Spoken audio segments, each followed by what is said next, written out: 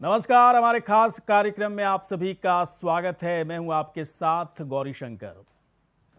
उत्तराखंड में जब भी बारिश होती है, बारिश का मौसम होता है, मानसून आता है, उससे पहले ही सरकार की तरफ से किए गए तमाम दावों की पोल खुलनी शुरू हो जाती है।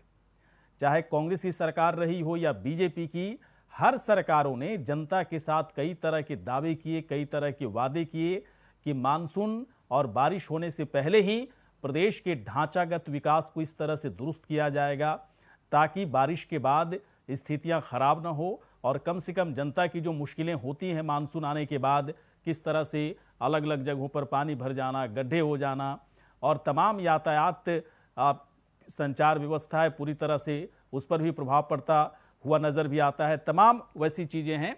इन सब चीजों को लेकर के दरअसल जनता की परेशानी और मुश्किलें बढ़ जाती हैं और इसी को देखते हुए इस बार फिर एक बड़ी चुनौती है और वो चुनौती है धामी सरकार के सामने कि मानसून की शुरुआत हो चुकी है, तो क्या मानसून से पहले की तैयारी धामी सरकार की है? अगर नहीं है तो आपदाओं से सबक लेने की जरूरत है। सबक इसलिए कि कई आपदाओं से उत्तराखंड की जनता परेशान हुई है, कई आपदाओं ने उत्तराखंड को बेहाल और परेशान किया है। इसलिए जरूरी है कि सबक आपदाओं से लेकर के और उत्तराखंड के ढांचागत विकास को इस तरीके से बनाया जाए ताकि बारिश हो या मानसून आए, कम से कम उत्तराखंड की जनता को किसी तरह की कोई परेशानी ना हो। और इस तरह के वादे चाहे कांग्रेस पार्टी या फिर बीजेपी की सरकारें हमेशा से अपनी जनता से करती रही है, लेकिन पोल खुलनी शुरू हो गई है। क्या सबक लेगी आपदाओं से धामी सरकार? इसी पर आज हम बहस करेंगे, चर्चा करेंगे, लेकिन पहले देखते हैं प्रतिक्रिया। ये शहर स्मार्ट नजर दिखाई दे रहा है आपको? कहीं पर हालात बद से बदतर है। यहाँ पर हर तरफ जो है सड़कें खुदी हुई हैं और स्मार्ट सिटी में जो कार्य किए गए हैं उसकी गुणवत्ता पर भी प्रश्न खड़े हो रहे हैं। तो सरकार को इन तमाम चीज़ों से कोई सरोकार ही नहीं है। सरकार तो जश्न में डूबी हुई है। पहले चंपावत के चुनाव में डूबी रही, उसके बाद जश्न में डूबी हुई है। मानसून आए, व्यवस्थाएं ठीक है या नहीं है, सरकार का इस ओर कोई ध्यान नहीं है। किसान के लिए ये फसल बोने का समय है और इस समय का बारिश का होना मैं समझता हूँ किसान के लिए, खेत के लिए बहुत ही अच्छी बात है। अब बाकी जो हमारे यहाँ का एक टेंडेंसी हमारे राज्य में डिजास्टर की, आप जो लैंडस्लाइड, सड़कें बंद होना, इसके लिए इस समय पीडब्ल्यूडी के अलावा इस बार हम वन विभाग से भी इस पर काम कर रहे हैं। एक मैसिव प्रोग्राम हम चला रहे हैं कि जहाँ जहाँ स्लाइडिंग जोन है वहाँ वन विभाग भी काम करके उस स्लाइडिंग नेचर को रोकने का काम करें ताकि वहाँ पर प्रोटेक्शन के माध्यम से इन चीज़ों से बचा जा सके। तो सरकार के नुमाइंदे कह रहे हैं कि इस बार वन विभाग की तरफ से, आपदा प्रबंधन की तरफ से लगातार काम चल रहा है और बारिश शुरू हो चुकी है, मानसून आने वाला है, मानसून भी लगभग आ चुका है, तो उस लिहाज से हम लोगों की तैयारी पूरी है। लेकिन इस तरह के दावे हमेशा से खोखले साबित होते रहे हैं क्योंकि हर बारिश के मौसम में उत्तराखंड की जनता, अलग अलग जिलों में जो रहती है, उत्तराखंड की जनता की परेशानी बढ़ जाती है। जनता की परेशानी इस कदर बढ़ जाती है कि दावों और वादों को छोड़ दीजिए, अपने इलाके में सिमट कर रह जाते हैं। और फिर जब मौसम साफ होता है इसके बाद सरकार की तरफ से तमाम दावे फिर किए जाते हैं, तमाम वादे फिर किए जाते हैं, फिर चुनाव का वक्त आता है, फिर दावे वादे होते हैं। लेकिन जब से उत्तराखंड का निर्माण हुआ है तब से इस तरह के वादे और दावों में उत्तराखंड की जनता पूरी तरह से उलझी हुई नजर आ रही है। जबकि उत्तराखंड की सरकार को, चाहे किसी की सरकार हो, कम से कम इस पर फोकस करने की ज़रूरत है कि हम यहाँ के ढांचागत विकास को किस तरह से करें ताकि मानसून आए या बारिश हो, कम से कम जनता को परेशानी ना हो। इस वक्त कई मेहमान हमारे साथ जुड़ेंगे। लखपत बुटोला जी हमारे साथ जुड़ गए हैं इस वक्त। कांग्रेस के प्रवक्ता लखपत बुटोला जी, आपका स्वागत है। विनय गोयल जी भी जुड़ चुके हैं, प्रदेश प्रवक्ता बीजेपी के। विनय गोयल जी, आपका स्वागत है सर। और साथ ही साथ रविंद्र सिंह आनंद जी इस वक्त हमारे साथ हैं, प्रदेश प्रवक्ता आम आदमी पार्टी के। रविंद्र जी, आपका स्वागत है। चलिए सबसे पहले विनय गोयल जी के पास आते हैं। विनय जी, आपकी तैयारी है मानसून को लेकर? क्योंकि हमेशा से, जब से है ना, ये 1-2 साल की बात नहीं है, उत्तराखंड की सबसे बड़ी दिक्कत यही है कि मानसून आने के साथ ही आपदाएं भी साथ में आती हैं और कई आपदाओं को उत्तराखंड ने देखा है, किस तरह से, है ना, किस तरह से बड़ा नुकसान हुआ, पूरे देश को ये बातें समझ में आई। इस बार क्या तैयारी है आपकी, ताकि उत्तराखंड की जनता को लगे कि नहीं, इस बार बीजेपी सरकार अपने वादों पर पूरी तरह से खरी उतरी है? नहीं, बिल्कुल भारतीय जनता पार्टी की उत्तराखंड की सरकार की पूरी तैयारी है। और निश्चित रूप से जो हम ये हमारा बरसाती सीजन है, इसमें सभी क्षेत्रों में काम किया है, अधिकारियों को अलर्ट किया है। और अभी पिछले दिनों ही आप सबने समाचार पत्रों में भी पढ़ा होगा, सुना भी होगा कि माननीय मुख्यमंत्री जी ने सभी अधिकारियों की 3 महीने के लिए छुट्टियां लेने पर रोक लगा दी, छुट्टियां निरस्त कर दी हैं। तो मुझे लगता है कि मुझे तो लगता है कि उत्तराखंड के इतिहास में आपदा प्रबंधन के लिए पहली बार हुआ है। और जिस प्रकार की प्रोएक्टिव तैयारियां हमारी सरकार कर रही है, मुझे लगता है कि उसका लाभ निश्चित रूप से क्षेत्र की जनता को, प्रदेश की जनता को मिलेगा। देखिए, कोई भी दुनिया का कोई भी देश किसी ने भी कोई ऐसा सिस्टम तो अभी तक डेवलप नहीं किया है कि आपदा आए ही ना।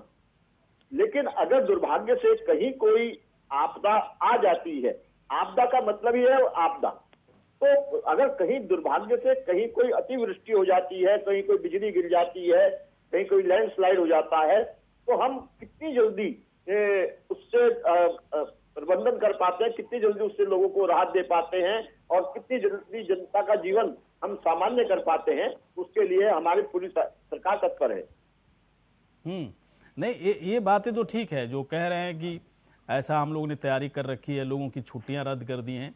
लेकिन सिर्फ तैयारी के नाम पर यही है क्या कि लोगों की छुट्टियां रद्द कर दी गई, प्रबंधन विभाग को है ना ढेर सारे स्टाफ्स दे दिए गए, आप लोग तैयार हैं अगर किस तरह कोई आपदा आता है तो उसे निपटने के लिए? आपदा न आए इसके लिए कोई तैयारी है या नहीं है, क्योंकि इससे पहले भी आप ही की सरकार थी? नहीं, देखिए, मैंने आज जैसा कहा कि आपदा ना आए इसके लिए तो आप जो बताएं तैयारी क्या हो सकती है। इसके लिए तैयारी, अगर कोई अतिवृष्टि होगी तो उसे तो अब कोई रोक नहीं सकता, लेकिन उसके कारण से नुकसान ना हो लोगों का, या अगर कहीं रास्ता कोई बंद होता है तो जल्दी से जल्दी खुल जाए, उसकी व्यवस्था की जाए। मैं आपको बताना चाहता हूँ कि बहुत विकसित देश है, मान लिया जापान है, जापान में सबको पता है कि भूकंप अधिक संख्या में आते हैं, तो कोई जापान के पास ऐसा सिस्टम तो नहीं है कि भूकंप आने बंद हो जाए, लेकिन भूकंप के कारण से वहां के लोगों का नुकसान न हो या कम से कम नुकसान हो, ऐसी व्यवस्थाएं उन्होंने की हैं। तो मुझे लगता है कि जो आपदा प्रबंधन का जो हमारा विषय है वो इसी के इर्द गिर्द रहता है कि हम अगर कभी कोई ऐसी आपदा आ जाए तो जनता को उसका कम से कम नुकसान हो और जल्दी से जल्दी उसे राहत मिले। चलिए ठीक है, अब मैं आऊँगा थोड़ी देर के बाद, मैं आता हूँ सर लखपत बुटोला जी के पास। आने बुटोला साहब, कांग्रेस पार्टी की भी ठीक ठाक है ना समय तक वहाँ सरकार रही। अब कांग्रेस पार्टी के ऊपर हमेशा से आरोप लगते रहे हैं कि आपदा को लेकर कांग्रेस सरकार बहुत ही लापरवाह रही है, राजनीति में ज़्यादा उलझी रही कि सरकार कैसे बचेगी, सरकार कैसे काम करेगी, जबकि आपदा को लेकर जिस तरह का प्रबंधन मजबूत होना चाहिए उस पर ध्यान नहीं दिया गया जब आपकी सरकार रही है। और यही वजह है कि कई आपदाओं की वजह से उत्तराखंड को भारी नुकसान हुआ है। गौरी शंकर जी, मैं एक चीज से इत्तेफाक नहीं रखता हूँ, जो सरकार 6 साल से इस प्रदेश में सत्ता में है, उसके सवाल पहले मैं उस पर जवाब देना चाहता हूँ। गोयल साहब ने बहुत सारी चीजें चैनल पे कई 10 मिनट तक, गोयल साहब मैं 2 उदाहरण आपको देना चाहता हूँ।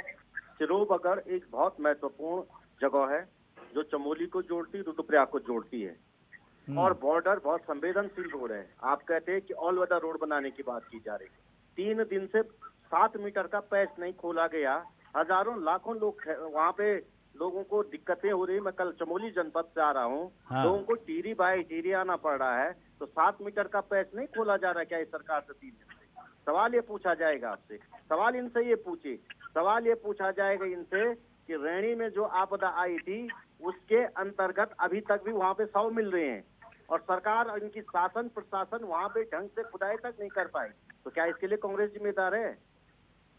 इनको पूछिए, क्या कांग्रेस इसके लिए जिम्मेदार है? इस समय यात्रा में, चारधाम यात्रा में सबसे ज्यादा यात्री हताहत हुए, सबसे ज्यादा यात्री मारे गए कुप्रबंधन की वजह से। मैं कहता हूँ गौरी शंकर जी, ये सरकारी खुद में आपदा है। ये केवल और केवल जिस तरह से 5 साल में 3 मुख्यमंत्री देने का काम किया गया, हारे हुए व्यक्ति को फिर मुख्यमंत्री बनाया गया, पूरा जमला 3 महीने तक 70 और 80 दिन तक पूरा चंपावत में रहा। धन बल, भाव बल, पैसा बल से लेकर सरकारी तंत्र जिस तरह से चंपावत में लगा रहा, उसने 4 धाम यात्रा को चौपट किया। और उसका नतीजा ये रहा कि दुर्भाग्य से कहना पड़ रहा, मुझे दुख के साथ कहना पड़ रहा है कि इस समय सबसे ज्यादा यात्री उत्तराखंड के अंदर 4 धाम में हताहत हुई। ये कहते हैं कि हमारी डबल इंजन की सरकार है, हमने ऑल वेदर रोड्स बनाई, हमने बहुत सारा विकास किया है। मैं सिरोबगढ़ की बात कह रहा हूँ, एक छोटा सा पैच है 7 मीटर का, उसको खोलने में आपको क्या 5 दिन लगेंगे, हफ्ते लगेंगे, 10 दिन लगेंगे, कितने दिन लगेंगे? इसमें तो आप जवाब देंगे। अभी 10 मिनट पहले देहरादून के अंदर बारिश आई रायपुर क्षेत्र में, और जिस तरह से आप सड़कों से लेकर देखोगे पूरे के पूरे जो सोंग नदी से लेकर जो अव्यवस्थाएं देहरादून के अंदर है। अगर आपका यहाँ पे कैमरामैन हो गौरी शंकर जी, तो उनको बताएं कि रायपुर में क्या स्थिति समय हो रही है। देश की राजधानी, आप सोच ले कि स्मार्ट सिटी के अंदर पे 7% काम नहीं हुआ सड़कों का, सड़कें खुद ही पड़ी हैं। आज बरसात आ गया है, सड़कों में पूरे के पूरे गली गली में सड़कें खोदी गई, कोई सड़कों का ट्रीटमेंट नहीं हुआ, कोई काम नहीं किया जा रहा है। तो इसके लिए क्या आप गौरी शंकर जी कांग्रेस की सरकार को कुछ सवाल पूछोगे? आप इस सरकार से जिम्मेदार, आप उसी तरह से कह रहे गौरी शंकर जैसे ड्रीम 11 आता है और लास्ट में खिलाड़ी कहते काश मैंने कप्तान बनाया होता, मैं 2 करोड़ रुपया जीत गया होता। विनायक गोयल जी, देखिए जो सवाल उठा रहे हैं बुटोला साहब, जो सवाल उठा रहे हैं, ये सवाल वाकई में लाजमी सवाल है, ये बहुत ही जरूरी सवाल है जिसका जवाब दिया जाना चाहिए। और अगर ये सब चीजें हैं मौजूद तो साफ लग रहा है कि आपदा है ना, आपदा आए ना आए वो अलग कहानी हो जाती है, लेकिन तैयारी आप लोग बस 2-3 महीने के हिसाब से देख रहे हैं, है ना, किस तरह से 2-3 महीना निकल जाए, सब ठीक हो जाए। लेकिन इंफ्रास्ट्रक्चर लेवल पर जो ढांचागत विकास होना चाहिए कि ऐसा ना हो, उस पर अभी भी आप लोग बहुत बेहतर काम नहीं कर पा रहे हैं, अगर बुटोला साहब इस तरह की बात कर रहे हैं तो। विनय गोयल जी, देखिए बुटोला साहब की पीड़ा मैं समझता हूँ। भारतीय जनता पार्टी कांग्रेस के लिए तो आपदा से कम है ही नहीं, कांग्रेस के लिए तो आपदा ही है भारतीय जनता पार्टी। और मुझे लगता है कि अभी जिस प्रकार से उनके जो पूर्व नेता प्रतिपक्ष और पूर्व अध्यक्ष प्रीतम सिंह जी भी कह रहे थे कि साहब भारतीय जनता पार्टी चंपावत का जश्न मनाने में और उत्तराखंड में जीत का जश्न मनाने में मशगूल थी, तो भाई अगर आपकी पार्टी को ये मौका नहीं दिया प्रदेश की जनता ने, तो इसके लिए तो हम ये तो जश्न मनाना नहीं छोड़ेंगे। अगर हमारी पार्टी को 2/3 बहुमत मिलेगा तो क्यों जश्न नहीं मनाएंगे? और कांग्रेस के दुख में क्या हमें दुखी होने की आवश्यकता है क्या कि कांग्रेस हार गई? और मैं दूसरी बात कह रहा हूँ कि मेरे प्रिय मित्र हैं लखपत जी, जिस स्थान का जिक्र कर रहे हैं, ये स्थान आपकी जानकारी में है कि हमेशा से इस स्थान पर बहुत प्रयास हुए हैं और लगातार इस स्थान के आसपास ये भूस्खलन होता है। और अभी ऑल वेदर रोड का काम पूरा नहीं हुआ है, चल रहा है काम, और अनेकों स्थानों पर जहां ऑल वेदर रोड का काम पूरा हो गया है वहां बेटर रिजल्ट हैं। तो मुझे लगता है कि जो सारे काम चल रहे हैं उनके पूरा होने का तो इंतजार हमें करना पड़ेगा ना। और जिस प्रकार से हमने कहा है कि हम सारी सड़कों को अच्छे से अच्छा बना रहे हैं, तो आपदा प्रबंधन की पूरी व्यवस्था कर रहे हैं, देहरादून में भी या अन्य पूरे प्रदेश के क्षेत्रों में जैसा हमने नंबर जारी कर दिया है, क्विक रिस्पांस टीम बनाई गई है, सारी सुविधाएं दी जा रही हैं। तो मुझे लगता है कि क्योंकि लखपत जी बहुत भ्रमण करते हैं, निश्चित रूप से उन्हें स्थानों की जानकारी है। चलिए ठीक है सर, ठीक है, लेकिन देखिए क्या है, मैं ऐसे सवाल इसलिए पूछ रहा हूँ कि देखिए बार बार आप लोग दावा करते हैं, बार आप लोग दावा करते हैं, लेकिन आम जनता की परेशानी कम ही नहीं होती। आम जनता हर साल इसी तरह से फंसी हुई नजर आती है। मैं आ रहा हूं इस वक्त आम आदमी। गौरी शंकर जी 10 सेकंड बस। जी। अब रायपुर अभी लखपत जी बता रहे हैं कि इस समय आपने रायपुर का जिक्र किया कि रायपुर में बहुत बारिश हो रही है, और मैं भी यहाँ देहरादून में बैठा हूँ, यहाँ सहारनपुर रोड पर मैं रहूँ, तो यहाँ तो बारिश का भी संभावना तो है लेकिन नामो निशान नहीं है। तो ये हमारे यहाँ भौगोलिक विषमताएं और इतनी है, तो उस लिहाज से तैयारी भी होनी चाहिए ना विनय गोयल जी। नहीं तो तैयारी तैयारी तो आप है लोग उसके को लिए आप लोग ना। की उस हिसाब से जिस होनी समय बारिश चाहिए। होगी, अगर बुटोला जिस बुटोला समय जी बारिश सवाल होगी, उठा रहे हैं तो उन तेज बारिश सवालों का भी होगी, जवाब तो होना उस चाहिए आप समय लोगों तो के पास। पानी होगा ही। मैं आता हूं सर, मैं जिस थोड़ी देर समय के बाद बारिश आता हूं। होगी, रविंद्र 30 सिंह सेकंड आनंद जी इस वक्त हमारे साथ हैं, आम आदमी पार्टी 30 के सेकंड प्रवक्ता। जवाब दे दूं? नहीं सर, मैं रविंद्र जी से बात कर लूं पहले एक बार, है ना, वो भी हैं तो उनसे पूछेंगे ना सवाल। रविंद्र जी एक बात बताइए, जी। आप ऐसा नहीं लगता है कि उत्तराखंड की जनता कभी बीजेपी कभी कांग्रेस की सरकार रही, लेकिन जो बेसिक चीज़ें यहाँ पर जो ध्यान दिए जाने की ज़रूरत थी कि यहाँ के इंफ्रास्ट्रक्चर को काफ़ी मजबूत किया जाए, जो कि हो नहीं पा रहा है। और यही वजह है कि मानसून आने के बाद, बारिश होने के बाद जो तमाम दावे रहते हैं कि, है ना, सड़क बना दिए, पुल बना दिए, है ना, यहाँ बारिश अगर होगी तो इस तरह की दिक्कत नहीं होगी, लेकिन जैसे ही बारिश शुरू होती है सारे दावे, है ना, सारे दावों की पोल खुलनी शुरू हो जाती है। जी देखिए गौरीशंकर जी, ऐसा है कि मैं अभी दोनों प्रवक्ताओं को, साथी प्रवक्ताओं को सुन रहा था। जी देखिए ये तो मैं मानता हूँ कि देखिए आपदा प्रदेश है उत्तराखंड, और कब कहाँ कौन सी आपदा आ जाए ये बिल्कुल मैं इस बात से सहमत हूँ कि कुछ भी कहीं भी हो सकता है और उसकी कोई पूर्व सूचना तो होती नहीं। लेकिन मैं विनय गोयल जी से इतना कहना चाहूंगा कि उन्होंने अपने मंत्री धन सिंह रावत जी का लग रहा बयान नहीं सुना, जिन्होंने ये कहा था कि भाई कहीं बारिश करानी है या कहीं बंद करानी है या कहीं कम बारिश करानी है, कहीं ज्यादा करानी है तो मैं करवा सकता हूँ। ऐसी क्षमता भारतीय जनता पार्टी के नेताओं में और भारतीय जनता पार्टी के जो मंत्रीगण हैं उनमें ऐसी क्षमता है। तो हमें पूर्ण विश्वास है कि भाई धन सिंह रावत जी ये बता सकते हैं कि कहाँ पर ओलावृष्टि होगी, कहाँ पर बारिश होगी, कहाँ पर बादल फटेगा, तो उनके संपर्क में रहा जाए। पहले तो भारतीय जनता पार्टी के सभी नेता उनके संपर्क में रहे, सरकार उनके संपर्क में रहे, पहली बात। दूसरी बात, जो कुप्रबंधन हमने चार धाम यात्रा में हमें देखने को मिला और जिस प्रकार का कुप्रबंधन हमने पिछले साल कुंभ में भी देखा, जिसमें फर्जी रिपोर्टें बनाई गई, पहले कमेटियां गठित की गई, कुंभ के लिए बड़े बड़े आयोजन किए गए कि भाई हम इसको कैसे मैनेज करेंगे, और फिर कैसे वो सब धराशायी हुए और कैसे हमने ये देखा कि पैसे देके सब चीजों को मैनिपुलेट किया गया, वो सब भी उत्तराखंड की जनता ने देखा है। तो मेरा ये निवेदन है, यहाँ मैं कोई कटाक्ष या राजनीति नहीं कर रहा, मेरा इतना कहना है अपनी पार्टी की ओर से कि देखिए आपदा पानी आ सकता है, लेकिन आपको अच्छी जो सुविधाएं हैं या अच्छे इंतजाम हैं वो जरूर करने होंगे। जैसा कि हमने चार धाम यात्रा में देखा, जो लोगों के पास पीने का पानी नहीं था, बैठने के लिए स्थान नहीं थे, तो ये सब चीजें तो सरकार की जिम्मेदारी है और आप सरकार में हैं, तो इसलिए हम आपसे सहयोग की अपेक्षा भी करते हैं और आग्रह भी करते हैं। हम ये कहना चाहते हैं कि ऐसा है कि जो पूरा आप इस समय जो देख रहे हैं कि भारतीय जनता पार्टी की जो धामी सरकार है वो डिफेंसिव मोड में दिखाई दे रही है। ऐसे लग रहा है कि वो हर डिफेंस करती हुई दिखाई दे रही है, ना कि काम करती हुई दिखाई दे रही है, क्योंकि पिछले 2 दिन तक जो कार्यकाल इनका रहा है बहुत ही निराशाजनक रहा है और अपने हारे हुए मुद्दे। चलिए ठीक है सर, ठीक है। मैं पार्टी ने कोई जो बातें आप कह रहे हैं दरअसल वही बातें बुटोला साहब की तरफ से भी उठाया जा रहा है। मैं भी अमूमन यही सवाल भी उठा रहा हूँ और जानने की कोशिश कर रहा हूँ कि विनय गोयल जी की तैयारी कितनी है। बुटोला साहब क्या कहना चाह रहे थे, आप बताइए। जी, मैं गोयल साहब, भाजपा से जब कोई सवाल पूछो, सरकार के अकाउंटेबिलिटी की बात करते हैं तो ये कांग्रेस के झगड़ों पे आ जाते हैं। मैं पहली बात ये कहना गोयल साहब, कांग्रेस के झगड़े से आपदा प्रबंधन का कोई लेना देना नहीं। और आपने यदि कांग्रेस से कहा था एसडीआरएफ से लेकर एनडीआरएफ तक की यहाँ पे तैनाती से लेकर वहाँ पे मुख्यालय बनाने तक, ये सारे के सारे काम कांग्रेस ने किए। जिस तरह से कांग्रेस ने 2013 की आपदा से सबक लेकर के और 13 की जो ऐतिहासिक यहाँ पे जो जिसको के दुर्भाग्यपूर्ण एक आपदा आई थी, उसके बाद भी हमने यात्रा का जो संचालन किया, जिस तरह से लाखों देश के लाखों लोगों ने भरोसा दिखाया और सरकार ने करके दिखाया। सरकार ने उस समय आप रिकॉर्ड देखेंगे, चाहे वो हताहतों की संख्या हो, 20 साल में इतने लोगों हताहत हुए जितने इस साल हुए।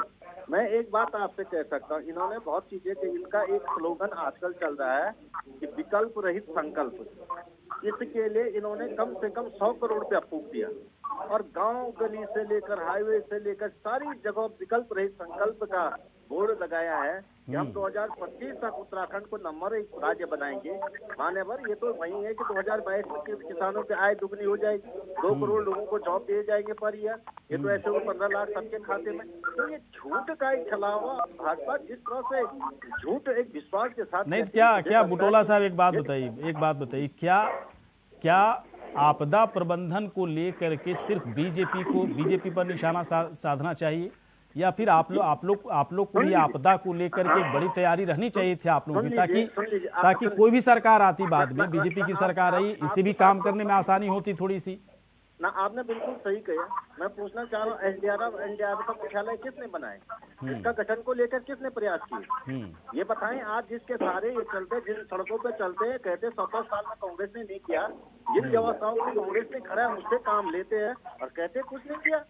मैं यही तो पूछना, आपदा को लेकर ये संस्थाएं किसने बनाई, जिन्होंने इनके लिए मुख्यालय में बनाने का काम किया? क्यों गोयल साहब, अब बुटोला साहब तो कह रहे हैं हम लोगों ने तो उतना कर दिया था, इन लोगों को आगे बढ़ाना चाहिए था, कुछ ठोस काम करके दिखाना चाहिए था। गोयल साहब, कुछ ठोस काम आपकी तरफ से क्या क्या किया गया उसके बाद, जहां तक बुटोला जी खत्म कर रहे हैं? स्मार्ट सिटी के नाम पे पूरे उत्तराखंड, पूरे ठीक है सर, बुटोला जी सुनिए, तो आप अपने सवाल का जवाब सुनिए, गोयल जी बोलेंगे।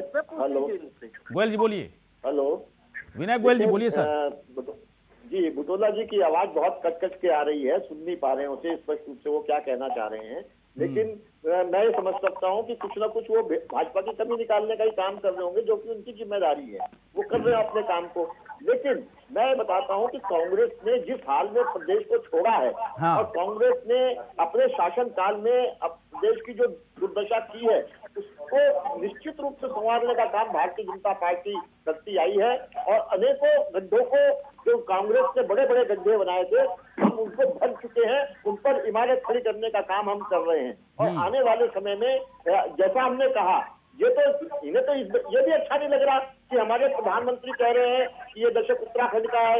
इन्हें ये भी बात अच्छी नहीं लग रही कि हमारे मुख्यमंत्री कह रहे हैं कि 2025 में जब उत्तराखंड राज्य 25 वर्ष का होगा तो ये देश का अग्रणी राज्य होगा। अगर हम विकल्प रहित ये संकल्प ले रहे हैं तो मुझे लगता है कि इसमें कांग्रेस को परेशान होने की क्या बात है। इन्हें तो उसमें करनी चाहिए। अगर उत्तराखंड राज्य अच्छा बनेगा तो इनका भी लाभ होगा, इनका भी मान होगा।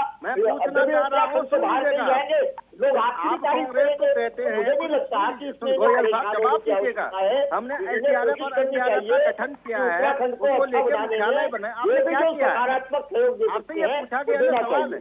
मैं पूछना स्लोगनों से क्या प्रदेश चलेगा, जुमलों से प्रदेश चलेगा? इस तरह के झूठे 100 करोड़ रुपया तुमने इसमें खर्चा किया है, इस संकल्प रहित विकल्प के लिए 100 करोड़ रुपया खर्चा। इससे बेहतर होता आप राज्य की सड़कों को ठीक करने का काम करते, इससे बेहतर होता आप ये आपदा के लिए काम करते हो, तो इससे अच्छा होता आप एनडीआरएफ को मजबूत करने का काम करते। लेकिन आपने ये काम करने के बजाय केवल और केवल सरकार के जुमलों को आगे फेंकने का काम किया। मैं एक चीज समझता हूँ, देश का एक नैरेटिव जो आप लोगों ने बना दिया है, जुमलों से सरकारें आ रहे, चुनी हुई सरकार। चलिए सर, देखिए आप लोगों ने कितना काम किया। गौरीशंकर जी सवाल पूछिए, एनडीआरएफ का गठन किसने किया? आपने कांग्रेस से पूछा है? तो इस प्रदेश में किसने गठन किया है, किसने मुख्यालय बनाया है, किसने यहाँ? सारे सवाल हो गए सर, सारे सवाल हो गए, और जो सवाल बच गया है वो जनता पूछ लेगी। इस सरकार ने क्या किया? जो सवाल बच गया वो जनता पूछ लेगी, पूछी जानी चाहिए। जनता पूछ लेगी, जनता अपने हिसाब से उन सवालों का जवाब ही दे देगी। चलिए आप तीनों यहाँ पर आए सर, आप तीनों यहाँ पर आए, वक्त आप तीनों ने दिया, बहुत बहुत शुक्रिया, धन्यवाद। इसी के साथ खास कार्यक्रम में इतना ही, नमस्कार।